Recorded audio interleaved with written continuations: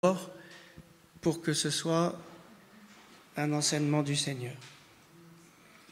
Seigneur, nous voulons nous mettre devant toi, Seigneur, pour te remercier pour ces moments que tu nous donnes, pour que tu puisses conduire ces paroles, que ce ne soit pas un homme qui parle, Seigneur, mais que ce soit toi.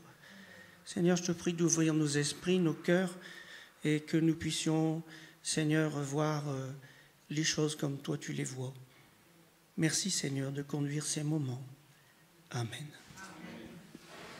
Si vous permettez, je vais mettre en route mon petit enregistreur.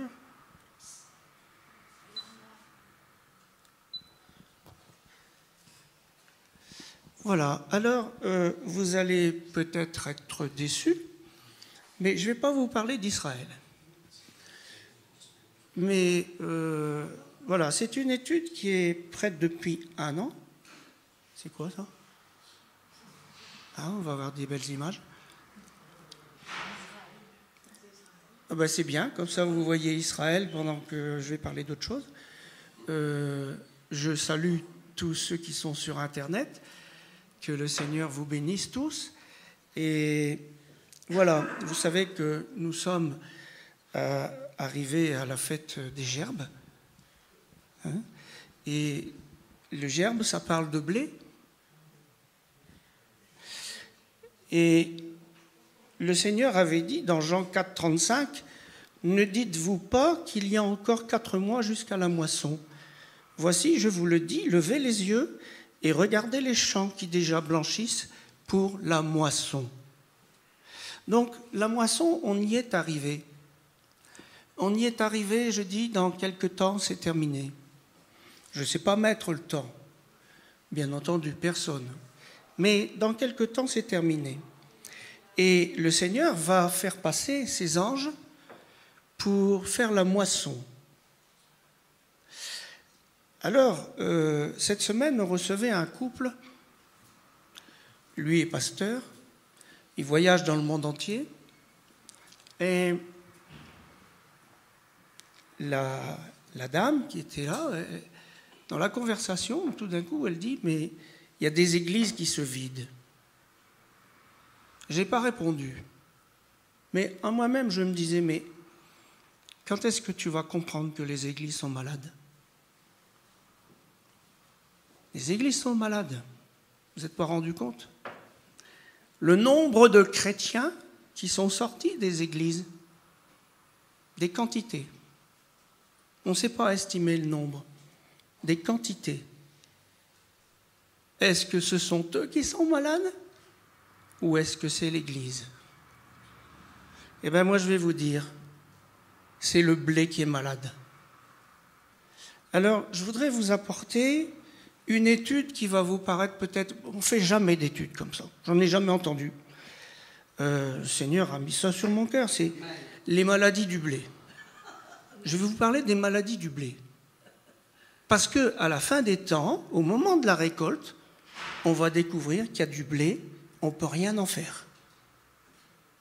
On ne peut rien en faire parce qu'il est malade. On s'attend à pouvoir faire de la farine avec du blé et avec la farine faire du pain. Eh bien là, non. Et je vais vous expliquer. Parce que toutes les maladies, moi je ne suis pas du tout un fermier, hein. Je ne suis pas un agriculteur. Je ne suis pas non plus dans le domaine des études sur les plantes, etc. Je ne suis pas du tout dans ce domaine-là. Mais ça m'a intéressé. J'ai dit, Seigneur, ça fait des années que je vois des problèmes dans les églises, mais vraiment des problèmes costauds. Et je vois des gens qui sont blessés dans les églises, des gens qu'on détruit même dans les églises. Et je me dis, mais c'est quoi cette affaire? Et franchement, je me suis dit, Seigneur, il y a là quelque chose à étudier. Alors, si vous permettez, je vais prendre mon temps. Parce qu'il y a plusieurs maladies, et vous allez voir que chaque maladie a une origine qui se trouve dans le péché. Et que le Seigneur a tout décrit. Tout ce que je vais vous dire, je l'ai trouvé dans la Bible. Et puis, je suis allé voir, à partir des mots que vous connaissez, comme voyez, des mots de maladies comme la nielle, les maladies du blé qui sont décrites dans la Bible, eh bien, je suis allé voir du point de vue scientifique ce que c'est. Et quel est le résultat à l'arrivée? Alors, c'est bizarre tout ce qui se passe là. Pourquoi vous jouez au mur comme ça? Alors, je vais d'abord vous parler, faire une petite introduction. Vous savez que le blé, c'est un symbole très fort dans la Bible. Très fort. Il représente à la fois notre nourriture et en même temps aussi le peuple de Dieu. Nous sommes chacun, vous et moi, un grain de blé. Et ce grain de blé doit mourir à lui-même pour pouvoir donner un épi. On doit pouvoir porter du fruit. C'est ça la règle. D'accord? Alors, c'est une bénédiction quand ça arrive. Rappelez-vous, par exemple, quand Isaac a béni Jacob. Il a dit, dans Genèse 27 au verset 28, « Que Dieu te donne la rosée du ciel, de la graisse de la terre, du blé et du vin en abondance. » C'est la bénédiction. C'est la bénédiction. Et à l'inverse, les champs de blé peuvent être ravagés par suite de la désobéissance. Et vous voyez, je prends ici une des paroles de Dieu concernant ces champs de blé. Dans Deutéronome 28 au verset 39, il dit, si tu désobéis, il parle à Israël, hein, tu planteras des vignes, tu les cultiveras et tu ne boiras pas de vin. Tu ne feras pas de récolte, car les vers les mangeront. Suite à la désobéissance. Ah. Alors moi je me suis penché et je me suis dit, mais Seigneur, quand je regarde l'état de l'Église européenne, parce que je ne vais pas me parler de ce que je ne connais pas. L'Église du Moyen-Orient, je ne la connais pas. Elle est en souffrance. L'Église chinoise, je ne la connais pas. Mais l'Église européenne, oui. Et je trouve qu'elle est dans un état très triste, très lamentable. Alors, je sais, il y en a qui vont me dire, mais il faut être positif, tralala, tralala. Moi, je ne suis pas ça, je ne suis pas comme ça. Je regarde froidement et je me dis, Seigneur, quelque chose qui ne va pas. Qu'est-ce que c'est qui ne va pas, Seigneur? Alors, en vérité, si nous sommes membres du royaume de Dieu, il y a un texte fondateur. C'est dans Matthieu 6, 33, vous le connaissez tous par cœur. Cherchez premièrement le royaume et la justice de Dieu, et toutes ces choses vous seront données par-dessus. C'est-à-dire la bénédiction est donnée par-dessus. Donc notre tâche principale, c'est de chercher le royaume et la justice. En conséquence de quoi, Dieu organise la bénédiction pour nous. Et donc, normalement, la bénédiction dans les assemblées, dans les églises. Comment se fait-il que ça n'arrive pas et qu'on voit des quantités de gens se sauver? Comment ça se fait? Il faut s'interroger. Non, parce que si on laisse courir comme ça, attention à la fin. Hein. Attention. Donc, nous sommes chacun comparé à un grain de blé qui doit mourir. Mais vous savez que, alors, première chose qui va arriver dans ce champ de blé, ben, c'est que il y en a un qui est venu semer de l'ivraie. Le malin est venu semer de l'ivraie. Bon, vous connaissez ce texte. Alors, je vais parler un petit peu de l'ivraie. C'est une sorte d'introduction. Mais ce n'est pas une maladie, c'est autre chose. C'est quelqu'un qui est venu introduire un corps étranger pendant la nuit. D'accord? Alors c'est dans Matthieu 13, bien sûr, versets 24 à 30. Il leur proposa une autre parabole et il dit « Le royaume des cieux est semblable à un homme qui a semé une bonne semence dans son champ. Mais pendant que les gens dormaient, son ennemi vint, sema de l'ivraie parmi le blé. Et il s'en alla. Et lorsque l'herbe eut poussé et donné du fruit, l'ivraie parut aussi. Les serviteurs du maître de la maison vinrent lui dire « Seigneur, n'as-tu pas semé une bonne semence dans ton champ? D'où vient donc qu'il y a de l'ivraie ?» Il leur répondit « C'est un ennemi qui a fait ça. » Et les serviteurs lui disent « Veux-tu que nous allions l'arracher ?» « Non, non,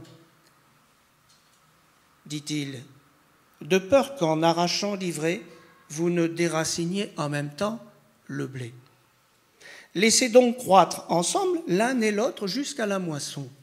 La moisson, ça va arriver. D'accord?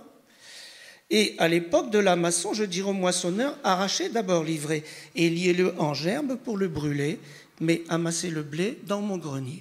Donc à la fin, il y a une séparation. Alors, le premier problème du blé, c'est donc d'être mélangé avec de l'ivraie. On n'y peut rien. On n'y peut rien. C'est une étape dans, j'allais dire, l'avancement pour la création du royaume. Bon. J'ai prêché plusieurs fois un peu sur l'ivraie et je disais toujours, vous savez, l'ivraie, ça ne donne pas de fruits. En réalité, je me suis trompé parce que, bon, l'ivraie, pour vous dire ce que c'est que l'ivraie, c'est tout simplement de l'herbe, c'est de la raie grasse. Autrement dit, c'est ce qu'on met dans les stades de football. D'accord? Pour être piétiné, etc. Alors comme ça, c'est clair. Et parfois, on dit, et j'ai dit, que le blé porte du fruit, mais pas l'ivraie. Mais en vérité, c'est plus grave que ça. C'est plus grave que ça. Parce qu'il existe une sorte d'ivraie dite enivrante. Enivrant, ça veut dire ça vous tourne la tête. Hein? Alors, je vous lis ici une petite phrase que j'ai tirée d'un dictionnaire médical qui dit « Les fruits de l'ivraie enivrante paraissent contenir un principe vireux et délétère qui souvent a causé des affections morbides, graves, lorsqu'ils se sont trouvés mêlés soit avec le blé, soit avec le seigle. » Autrement dit, l'ivraie va donner des petits grains qui ressemblent à du blé, mais plus petits. Et puis, donc ça va donner une farine, et si vous la mélangez avec la farine du blé, ce que vous allez manger va vous faire tourner la tête. Alors, d'un point de vue spirituel, qu'est-ce que ça veut dire? Parce qu'il y a l'aspect, on va dire, technique, et puis il y a l'aspect spirituel. Mais l'aspect spirituel, c'est que la farine que l'on mange, je veux dire, dans les églises, les repas spirituels, si vous préférez, deviennent dangereux quand ils sont mélangés à la fois de farine et de cette ivraie enivrante. Alors la nourriture qui est donnée là est empoisonnée, au point de donner la mort morbide, la mort spirituelle. Vous n'avez jamais remarqué dans certaines églises que les louanges deviennent des ritournelles. Des ritournelles, ça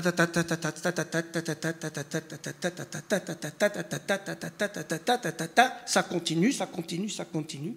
Et puis tout d'un coup, vous avez des prophéties qui fusent, vous avez des trucs, et des gens tombent par terre, et ceci et cela. Ils sont enivrés. Enivrés, très dangereux. Parce que ça fait n'importe quoi. Et la question, c'est simplement, mais quelle est la proportion d'ivraie dangereuse? À quel niveau est placé le grain d'ivraie Est-ce qu'il est placé à un niveau d'autorité ou est-ce qu'il est placé en bas?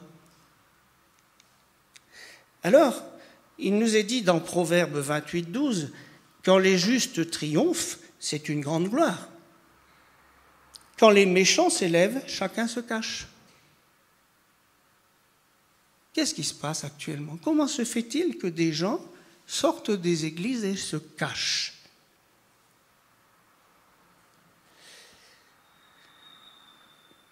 Proverbe 29, 16, « Quand les méchants se multiplient, le péché s'accroît, mais les justes contempleront leur chute. » D'un point de vue spirituel, les deux plantes sont de deux natures totalement différentes. L'ivraie ne donnera jamais du blé, et le blé ne donnera jamais de l'ivraie. Et ça nous fait penser à deux types de conversion. Il y a la véritable conversion spirituelle. Et puis, il y a la conversion par les émotions. Une fois, on a assisté à un baptême, et le témoignage, mais il était incroyable.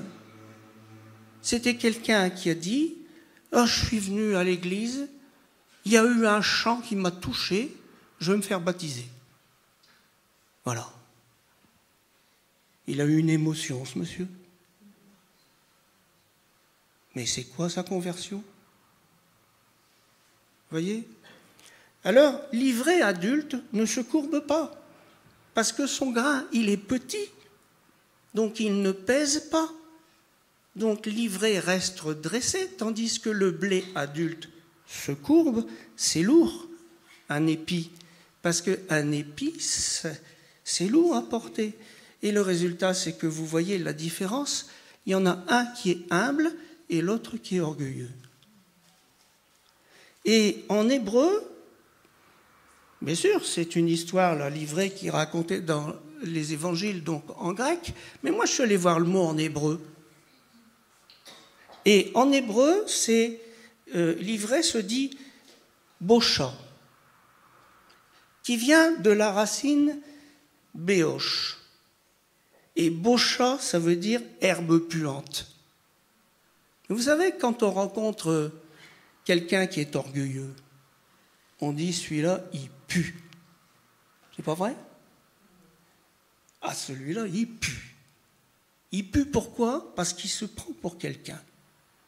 Parce qu'il croit tout savoir. Alors pour peu qu'il soit dominant, comme on dit, eh bien il va venir prendre une position d'autorité dans l'Église.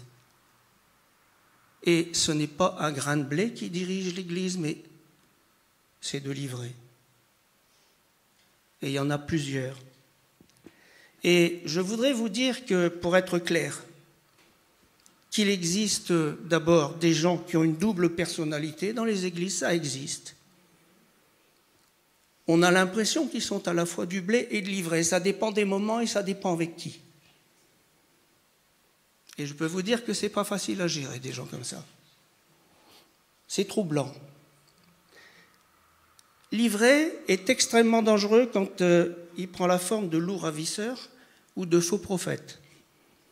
Je suis pour ma part convaincu, parce que ça fait quand même longtemps, maintenant ça fait plus de 45 ans, que nous allons dans les églises à droite à gauche.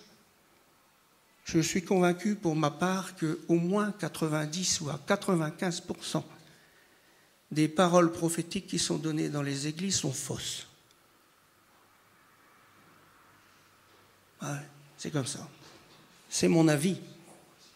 Elles ne servent à rien. Elles ne servent à rien. Et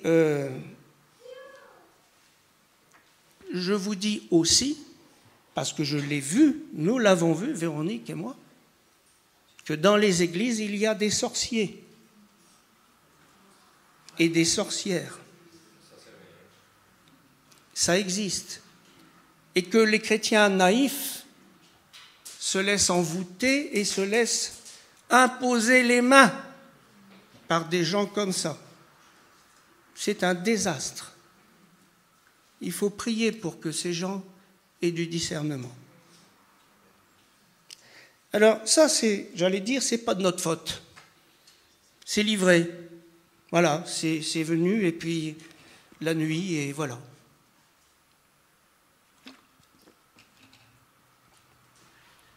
Maintenant, je vais vous parler de 4 maladies.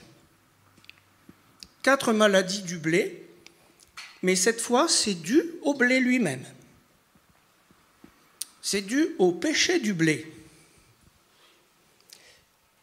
Alors, la première maladie s'appelle la teigne du blé.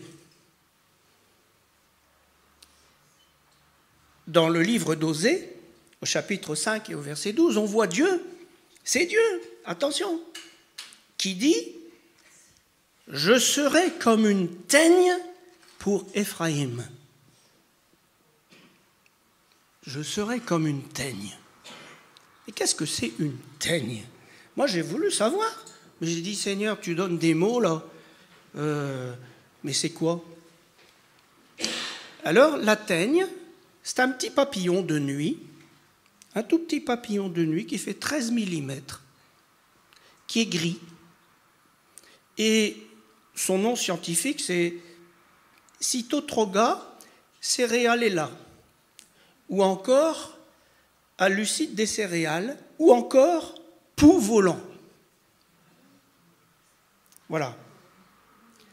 En hébreu, la teigne se dit hache. C'est un petit ver, une sorte de mite qui va se transformer en papillon, si vous voulez. Une mite, si vous voulez. Et ce papillon, qu'est-ce qu'il a comme propriété? C'est qu'il va manger tout ce qui est précieux. Il va manger les vêtements, mais il va manger la farine qui est dans le grain de blé. Et il ne faut pas confondre avec la teigne qui se mettait sur la peau des gens.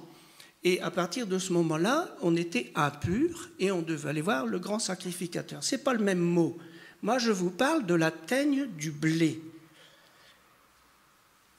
Alors, autant, voyez, livrer, j'allais dire, ça ne dépend pas de nous. Il faut du discernement pour pouvoir contrer, livrer. Ça, il faut le demander au Seigneur.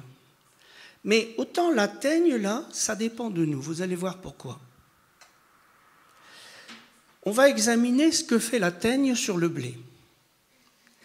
L'attaque se fait la nuit, donc en l'absence de connaissance. Vous voyez? On n'enseigne pas.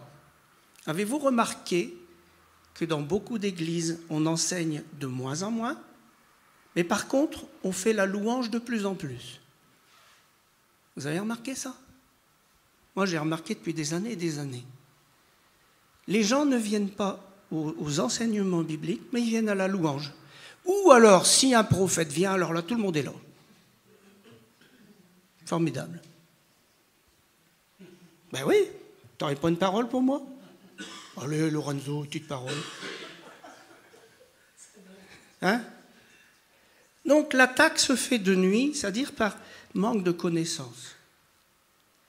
Autrement dit, sur le blé quasiment mûr, il devrait être mûr, paf, il se fait attaquer par un petit ver. Et il y a 2 types d'attaques. Soit l'attaque se fait sur l'épi lui-même, donc les grains de blé qui sont dans l'épi, soit l'attaque se fait dans les entrepôts où on a rangé le blé pour l'hiver. 2 façons. Quand c'est sur l'épi, la femelle va pondre 80 œufs par épi, à raison d'1 œuf par grain, c'est-à-dire chacun son verre. Chacun son verre. Et puis, ça va dévorer l'endosperme et le germe du grain. Et l'incubation, écoutez bien, dure 10 jours. 10, Yod, la main de Dieu. 10. Et puis, le papillon sort du grain de blé par un petit trou, il sort, et il n'y a plus rien dans le grain de blé. Toute la farine est mangée. Si la récolte est stockée, les papillons vont pondre sur les grains, les larves vont s'introduire dans le grain, ils vont hiberner à l'état de chrysalide, et c'est à la belle saison suivante que les papillons vont sortir du grain par un petit trou. Autrement dit, le papillon fait comme une mythe, elle vit la nuit, donc pas d'éclairage spirituel, il mange la farine, il mange les vêtements, et lorsqu'il a vidé le grain, il hiberne. Il ressurgit après l'hiver et il va attaquer la descendance suivante. Autrement dit, c'est une malédiction qui passe d'une génération sur une autre. Vous avez remarqué, c'est la nuit, en l'absence de connaissances et d'enseignement. Eh bien, cette absence d'enseignement va se transmettre à la descendance, qui n'est pas non plus enseignée. Et ça s'appelle une famine spirituelle. Il n'y a plus rien à manger. Avez-vous remarqué que beaucoup de gens qui sont sortis des églises disent « Nous voulons nous rapprocher d'Israël, nous cherchons des enseignements de la racine d'Israël, mais dans les églises, ce qu'on nous donne est tellement pauvre qu'on n'en veut plus. » Il y a une famine spirituelle. Et la teigne vient de la racine hashesh, qui signifie dépérir. Et nous retrouvons ce mot ici dans le psaume 31, versets 9 et 10, et je vous le dis. « Aie pitié de moi, Éternel, car je suis dans la détresse. J'ai le visage et l'âme et le corps usés. » Usé, c'est le mot hashesh, dépérir, c'est-à-dire qu'il a été attaqué. Usé par le chagrin. Ma vie se consume. Alors maintenant, on va comprendre pourquoi il a été attaqué comme ça. Parce que c'est bien de décrire l'attaque, c'est bien de comprendre ce que c'est la teigne. Mais pourquoi elle est venue? Parce que c'est Dieu qui a permis. Et pourquoi Dieu a permis? Eh bien, écoutez, c'est simple, c'est écrit. Ma force est épuisée à cause de mon iniquité. Et mes os dépérissent. L'iniquité. Et on va retrouver ça dans plusieurs versets, vous savez. C'est l'iniquité. J'ai déjà eu l'occasion de parler de l'iniquité. Je voudrais juste vous rappeler la différence entre ce qu'on appelle un péché et l'iniquité. Un péché, c'est... Je peux faire un péché qui ne me concerne que moi et qui n'a aucune influence sur une autre personne. Ça, c'est le péché, c'est mon problème, d'accord? Mais l'iniquité, c'est beaucoup plus grave. L'iniquité, c'est lancer des personnes dans la mauvaise direction. C'est comme si vous aviez un fusil pour viser une cible et vous faites exprès de diriger le fusil à côté. Ça, c'est l'iniquité. Par exemple, et j'ai eu l'occasion de dire, et là c'est la teigne, celui qui a un couple chrétien, qui n'enseigne pas ses enfants dans la parole de Dieu, forcément ses enfants seront mangés par la télévision, par tout ce que vous voulez. C'est l'iniquité, parce qu'on ne les a pas lancés dans la bonne voie. Ça, c'est inique. Eh bien, il ne faut pas s'étonner après, qui est la teigne. Mais bien sûr. Qu'est-ce qu'on fait dans les écoles du dimanche des églises? On s'amuse. Qu'est-ce qu'on enseigne? Qu'est-ce qu'on leur enseigne? Qu'est-ce qu'ils retiennent, les enfants? Je suis très en colère à cause de ça. Alors, regardez, tous ceux qui s'amusent aux dons spirituels, moi je ne décolère pas avec ça. Ils s'amusent aux dons spirituels. Écoutez un peu. Matthieu 7, 21, 22. Plusieurs me diront en ce jour-là, Seigneur, Seigneur, n'avons-nous pas prophétisé en ton nom? N'avons-nous pas chassé des démons en ton nom? N'avons-nous pas fait beaucoup de miracles en ton nom? Alors je leur dirai ouvertement, je ne vous ai jamais connu. Retirez-vous de moi, vous qui commettez l'iniquité. Pan, attrape. Et là, tu es touché par la teigne, mon vieux. Et touché par la teigne, ça veut dire que ton grain de blé est vide. Vide, voilà. Et tu te présentes devant Dieu à la fin des temps, vide. C'est malin, hein? Il faut prendre au sérieux la parole de Dieu. Deuxième maladie, c'est l'anguillule du blé niellé. La nielle du blé, si vous préférez. Alors, le mot niel vient du latin nigella et qui vient du mot Niger qui veut dire noir. Le Niger, le pays du Niger, ça veut dire noir. Bon. Alors, il ne faut pas confondre cette maladie qu'on va voir et une plante qu'on appelle niel des blés, qui est très belle, hein, vous savez. C'est une fleur de la famille des œillets, très belle, qui est couleur mauve, et qui poussait, heureusement, dans nos régions, on a réussi à l'éradiquer, mais qui poussait dans les champs de blé. Et cette plante, elle est très belle, mais elle possède des petites graines noires. Et si vous mettez seulement 5 graines noires au milieu du blé, vous provoquez la mort. La mort physique, hein. C'est-à-dire que là, le système respiratoire se bloque. 5 graines.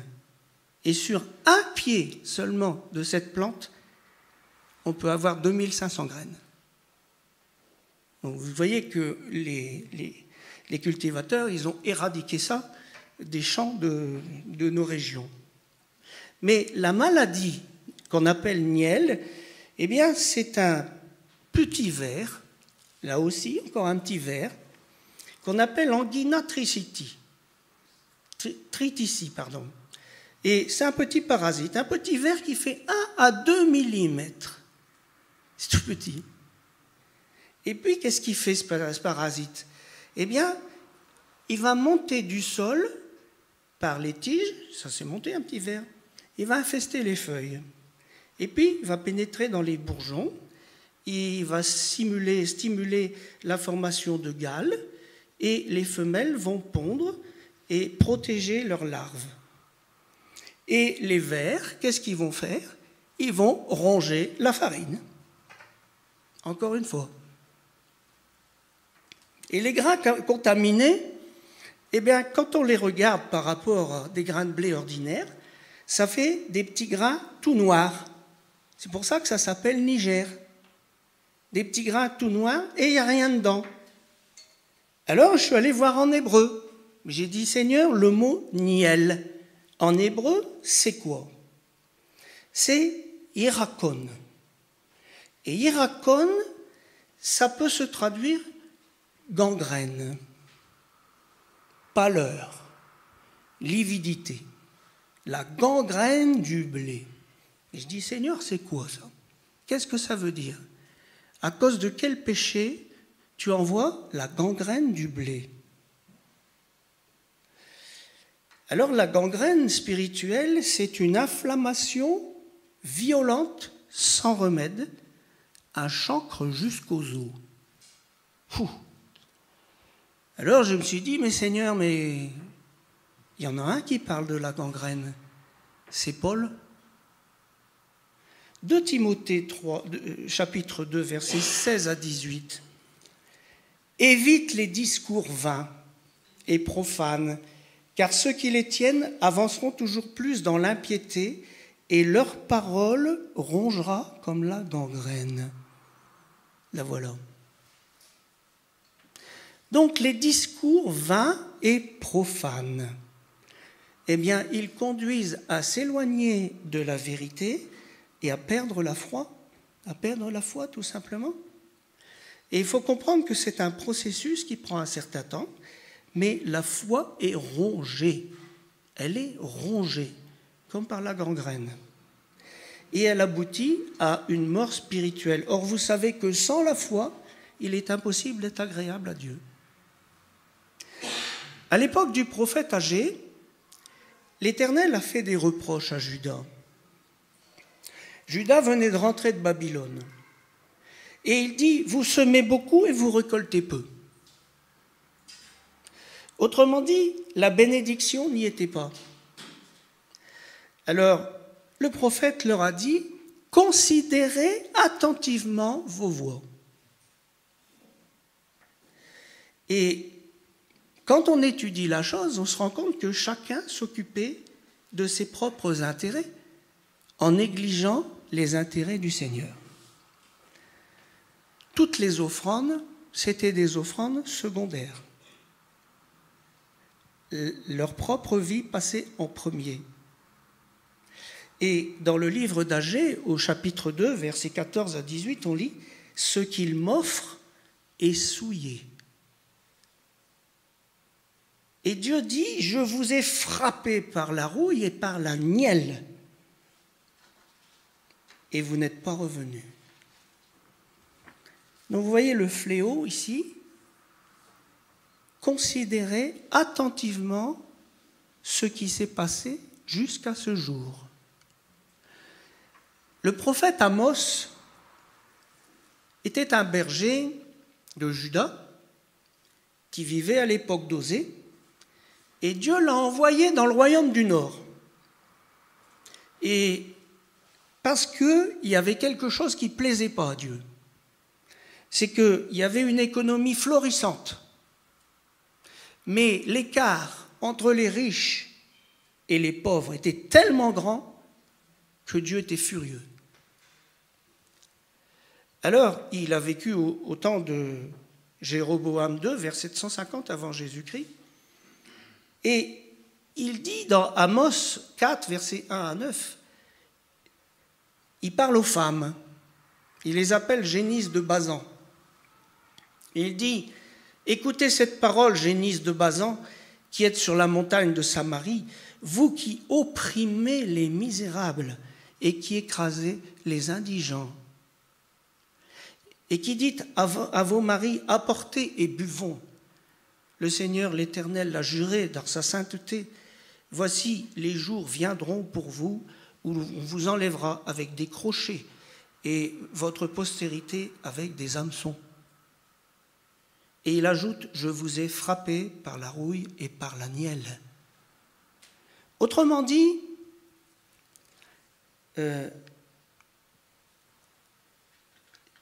voyez que cette gangrène spirituelle qu'est la nielle peut avoir deux origines.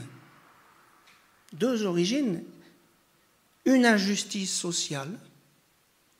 Et vous savez que quand dans les églises on ne s'occupe pas de ces problèmes au sein même de l'Église, Dieu n'est pas content. Et puis, la deuxième chose, ce sont les paroles vaines, les mauvais discours, tout ce qu'on peut dire sur les uns, sur les autres, etc. La parole qu'on ne sait plus contrôler. Eh bien, ça amène la gangrène. Il ne faut pas pleurer après. Moi, je regarde les choses froidement. Je suis quelqu'un de froid, vous savez. C'est comme ça. On regarde, bon. Ben oui, la maladie, elle est comme ça, mais ça provient de ça. Parce qu'à l'arrivée, si on veut guérir, il faut se repentir de ça. Bien sûr, il n'y a pas d'autre solution. Et si on veut que les grains de blé puissent rentrer dans la maison de Dieu, il faut qu'il y ait repentance de tout ça. S'il n'y a pas repentance, ça va être jeté. Hein. Qu'est-ce que vous voulez que Dieu fasse avec un grain vide? Qu'est-ce que vous voulez qu'il en fasse?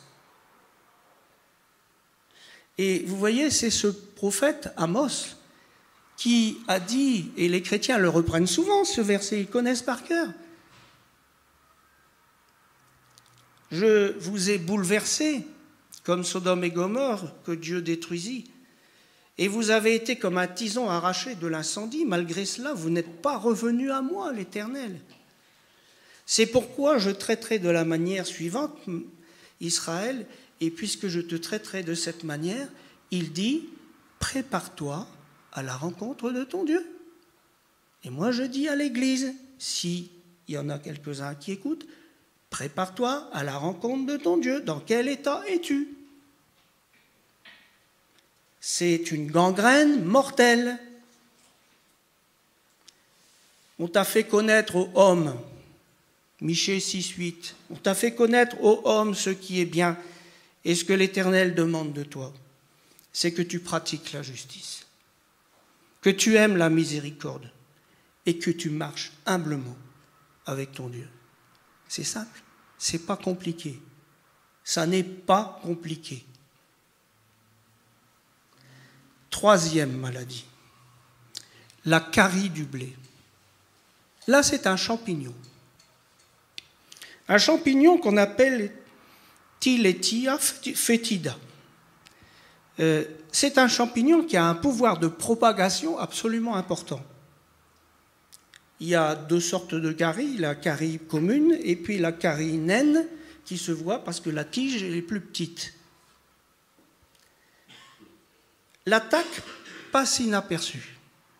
On ne voit pas. On ne voit pas. Il y a une raison, attention, parce que si Dieu le permet, c'est qu'il y a une raison. Mais on ne voit pas l'attaque. On ne la voit que au moment où l'épi sort et au moment où il devrait être mûr. Et à ce moment-là, on trouve quoi? On trouve un épi tout ébouriffé. Tout ébouriffé. Et quand on prend un grain de blé, on s'aperçoit qu'il a une couleur un peu verdâtre. Et le champignon a pénétré les ovaires et est remplacé par du mycélium. À la fin, les grains, ils sont tout petits, et quand on presse dessus, toc, un seul grain fait sortir 9 millions de spores noires qui vont se répandre sur les machines, sur la terre, et le champignon, tac, tac, tac, il va se répandre. Seigneur, mais c'est quoi ça? Mais c'est quoi cette maladie? En plus de ça, il s'appelle fétida, c'est-à-dire qu'il sent mauvais, ça sent le poisson pourri. En hébreu, la carie se dit récave, et ça a le sens de pourriture, de décadence aussi. Et la parole associe la carie à la jalousie et à l'envie. Il est écrit un cœur calme est la vie du corps, mais l'envie est la carie des os. Alors, je suis allé voir le mot envie en hébreu. Ça signifie aussi la jalousie. Hein? Kin'a. Kin'a, jalousie, le zèle, l'emportement, l'envie, l'ardeur, la passion sexuelle. On a ce mot à plusieurs endroits dans la Bible. Et il est intéressant de constater que chez l'homme, la carie des dents, souvent elle est provoquée par trop de sucre. On sait que les enfants aiment les bonbons, vous le savez, qu'il ne faut pas trop les gâter. Et notre société, depuis 1968, a dit il est interdit d'interdire. Depuis ce temps-là, la situation se dégrade. Et maintenant, les enfants sont devenus les rois. Vous avez remarqué? Si vous avez le toupet de donner une fessée à un enfant, attention. Mais qu'est-ce que ça donne? Un enfant gâté, c'est un petit dictateur. Laissez-le grandir comme ça. Donnez-lui tout ce qu'il a envie. Arrivé adulte, il n'a pas changé. Arrivé adulte, ses envies se sont développées. Il est devenu tellement égoïste que sa vie de couple et sa vie de famille, elle ne va pas tenir longtemps. elle ne va pas tenir longtemps parce qu'il est capricieux. Deux capricieux ensemble, ça donne caprice au carré. Et ça donne quoi? Ben, ça donne plein de divorces. Mais regardez la société. Ça donne plein de divorces, plein de tromperies dans les couples, y compris chez les chrétiens. Croyez pas que le monde chrétien soit à part, pas vrai. Mais qu'est-ce qu'il est dit? Il est dit dans Proverbe 6, « Celui qui commet adultère avec une femme est dépourvu de sens. » Pourquoi il dit ça? Parce qu'il dit « Car la jalousie met un homme en fureur. » La jalousie, tiens, la voilà. Et l'adultère, les problèmes d'adultère dans les églises, mais ils sont immenses, immenses. Vous ne pouvez pas vous imaginer l'impureté. Alors bien sûr, il y a l'adultère, j'allais dire classique, mais combien y a-t-il d'hommes et de femmes qui peuvent regarder en cachette des choses porno et lire des choses porno? Eh oui.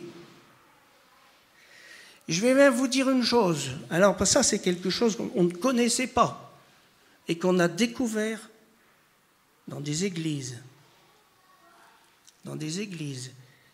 C'est ce que j'appelle l'adultère spirituel. Vous allez me dire, c'est quoi ça? L'adultère spirituel. Eh bien, nous avons constaté que certains responsables, enseignants, pasteurs, etc., ont une véritable emprise spirituelle et morale sur certaines femmes de leurs églises. Ils ont comme un harem. On l'a constaté, on l'a vu, on l'a senti, on s'est senti mal à l'aise. C'est un harem spirituel. Peu importe que ces femmes soient mariées ou pas, peu importe qu'ils ont fait des alliances, ce harem spirituel est une forme d'alliance spirituelle très malsain. Très malsain. Prenez maintenant un autre cas très courant. Un homme et une femme, chacun marié de son côté. Comment se fait-il que tout d'un coup, ils aient besoin de se rapprocher pour être en communion spirituelle? Bizarre. En intimité spirituelle. Ben, tout simplement parce que ça ne va pas bien avec leur conjoint. Alors ils se rassemblent en intimité spirituelle. C'est spirituel. Mais attention les amis, attention. On est là en train de faire un adultère spirituel parce que ces relations-là, elles sont dans le couple. Elles ne doivent pas être ailleurs. Leur couple est en danger. Et ces adultères spirituels conduisent à des adultères tout court. Et on dit, Dieu nous a dit que nous devrions divorcer et nous marier. Dieu a dit ça. Mais Dieu n'a rien dit du tout. Et dans la louange, on a affaire à quoi? À des artistes. Les artistes sont des gens sensibles. Et puis au bout d'un moment, on a passé des moments spirituels tellement extraordinaires. J'ai jamais vécu ça avec mon mari ou avec ma femme. Et hop, ça commence. Adultère spirituel suivi d'un adultère tout court.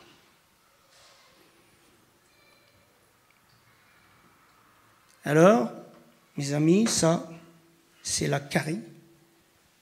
C'est la carie qui ronge.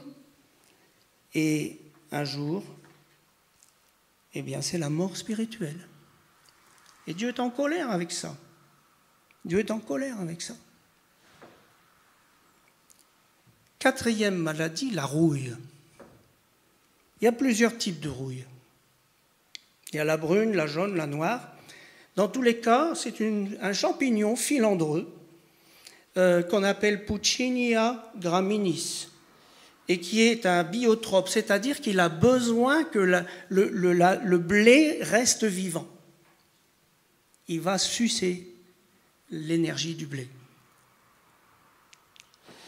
Alors, dans notre région, heureusement, par des procédés chimiques, etc., ils ont éradiqué tout ça. Mais c'est un champignon qui va faire apparaître des pustules oranges sur la tige et puis sur les feuilles, un petit peu partout. En hébreu, la rouille se dit shedefa, qui signifie sabler, foudroyer, souffler. Et la racine de ce mot, c'est shadaf, qui veut dire brûler, roussi. Il ne faut pas confondre avec la rouille du métal. En hébreu, ce n'est pas le même mot. Et la rouille du métal se dit challa, qui veut dire être malade. Ici, c'est la rouille du blé. Donc, c'est un champignon qui est capable, écoutez bien, de dévaster une région entière.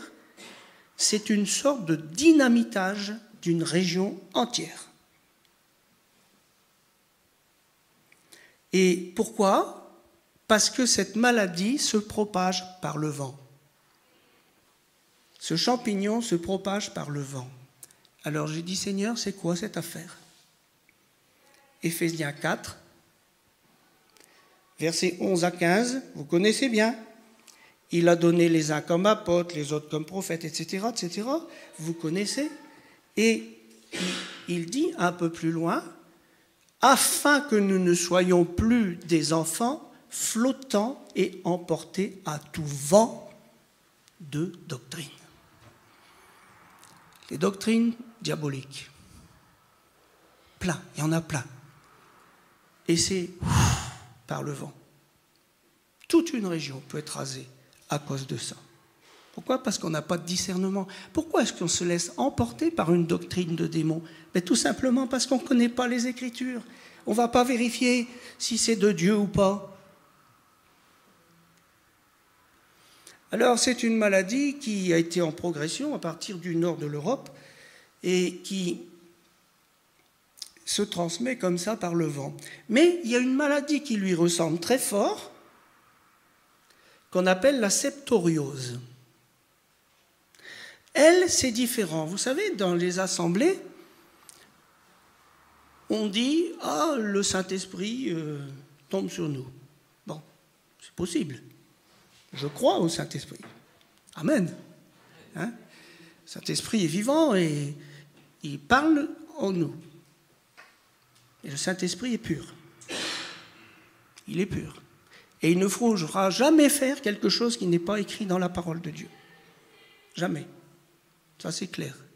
Il faut avoir du discernement avec cette question, parce que des faux esprits, des faux Saint-Esprits, il y en a. Je suis très méfiant, vous savez. Très, très méfiant. J'en ai trop vu. Moi, maintenant, c'est fini. Je dis, montre-moi tes œuvres, montre-moi ta vie, que je regarde un peu comment tu vis, pour voir si ce que tu dis est vrai. Alors, d'un point de vue spirituel, cette maladie, qu'on appelle septoriose, elle se produit non pas par le vent cette fois, mais par la pluie. Vous allez dire, la pluie, mais c'est une image du Saint-Esprit qui tombe.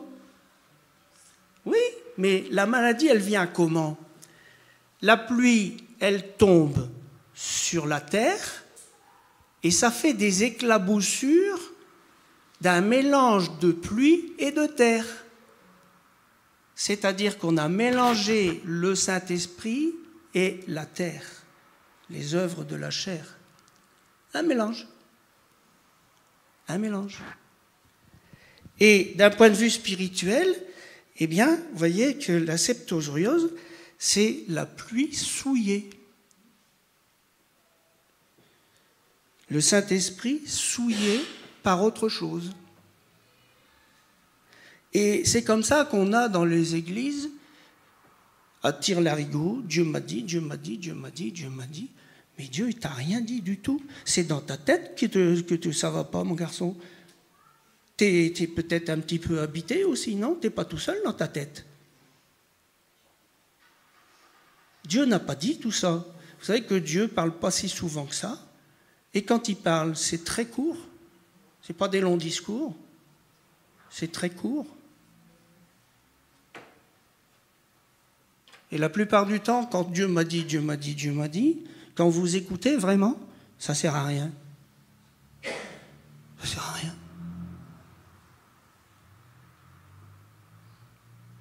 Dieu m'a dit que tu devais te marier avec moi. Ah bon, ben moi, on ne me l'a pas dit. Ah ouais, ben écoute, faudrait qu'il commence par le premier intéressé, non? Et c'est vrai. Jérémie 27, verset 15. « Je ne les ai pas envoyés, dit l'Éternel. Ils prophétisent le mensonge en mon nom. Mes paroles vaines, afin que je vous chasse et que vous périssiez, vous et les prophètes qui prophétisent. » Alors, je voudrais maintenant, après avoir... Ça va, c'est pas trop long? Après avoir parlé de ces maladies, vous voyez que beaucoup de maladies aboutissent à des grains vides.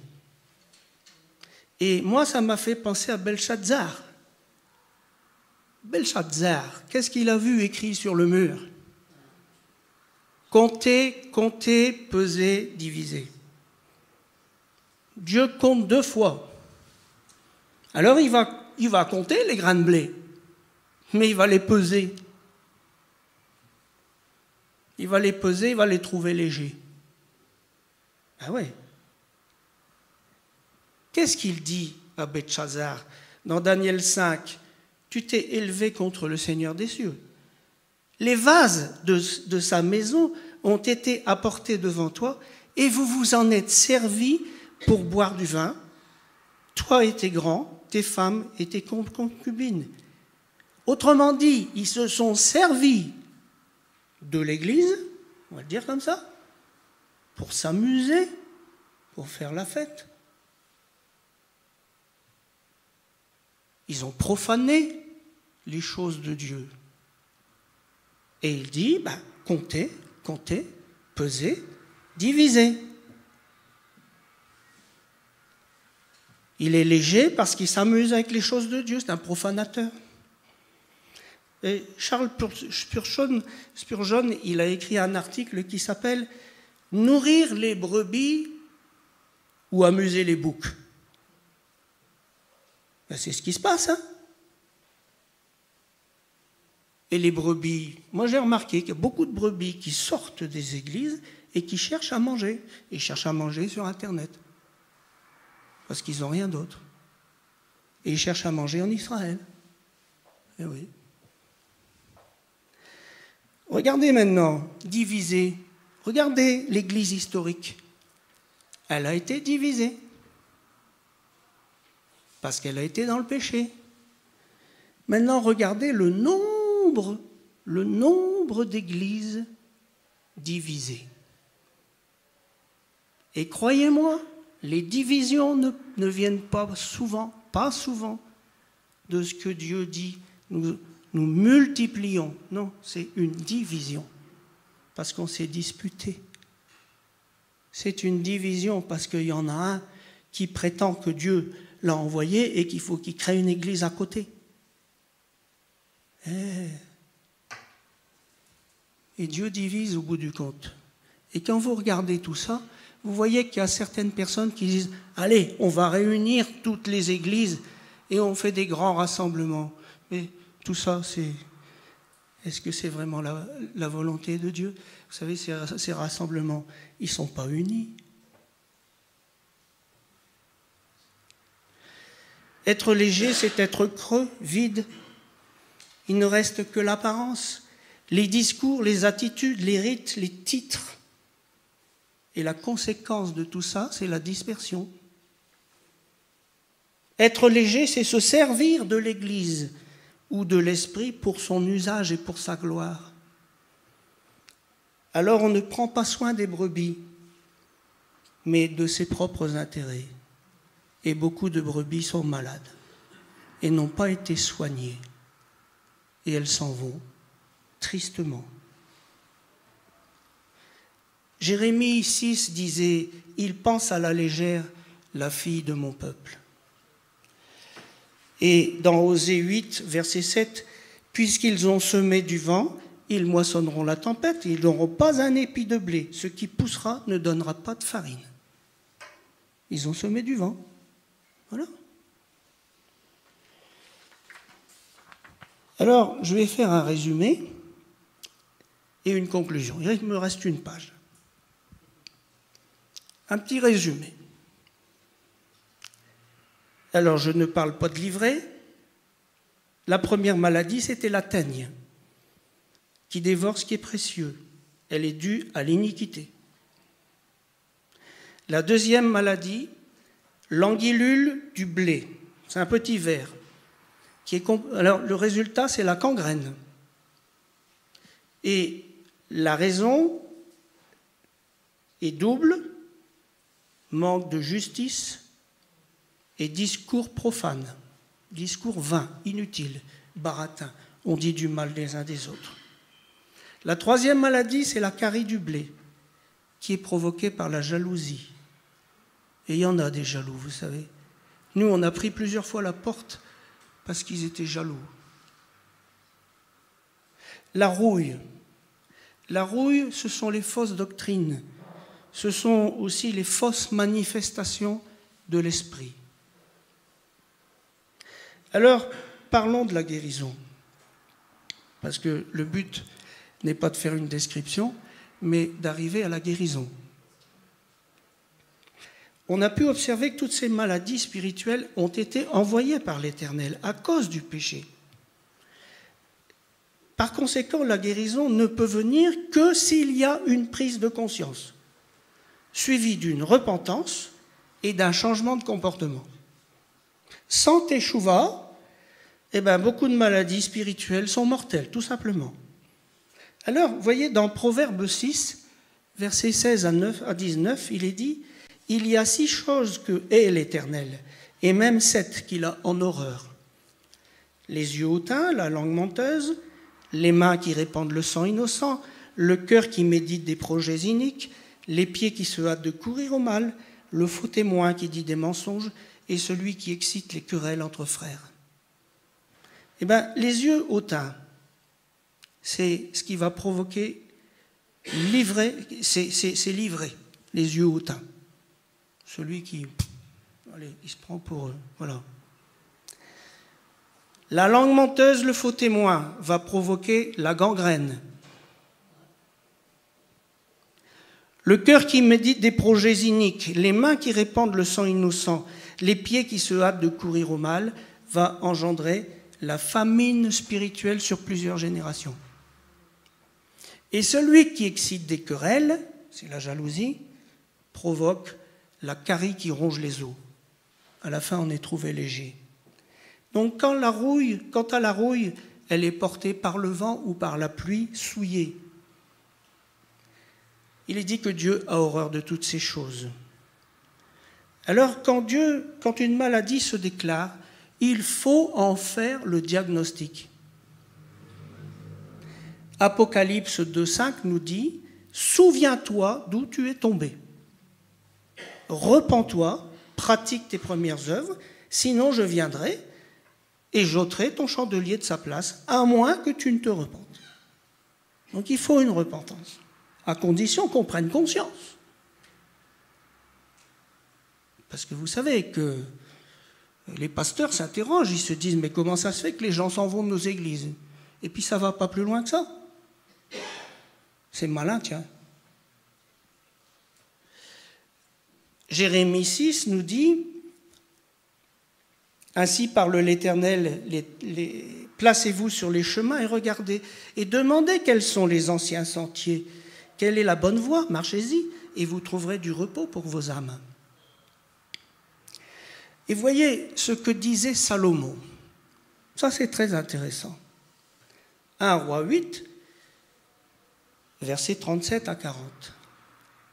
Quand la famine, la peste, la rouille, la nielle, les sauterelles d'une espèce ou d'une autre seront dans le pays, quand l'ennemi assiégera ton peuple dans son pays, dans ses portes, quand il y aura des fléaux ou des maladies quelconques, si un homme, si tout ton peuple d'Israël fait entendre des prières et des supplications et que chacun reconnaisse la plaie qui est dans son cœur et étende les mains vers cette maison, exauce-les des cieux.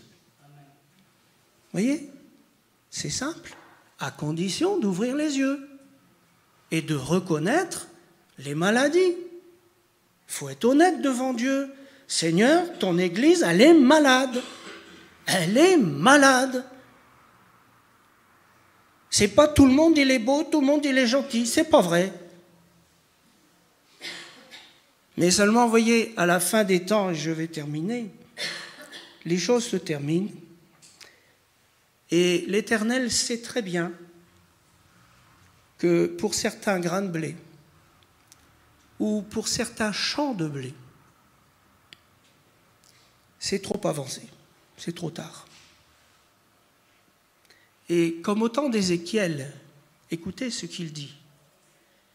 Ézéchiel 24, versets 12 et 13.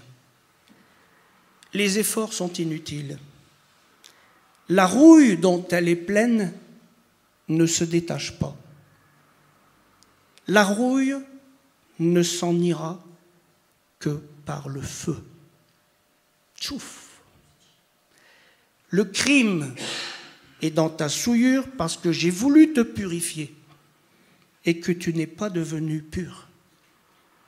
Tu ne seras plus purifié de ta souillure jusqu'à ce que j'ai assouvi sur toi ma fureur. Quelle parole! Alors, je vais terminer avec une autre parole, parce que celle-là est trop dure. C'est dans Apocalypse 22, 11, que vous connaissez tous.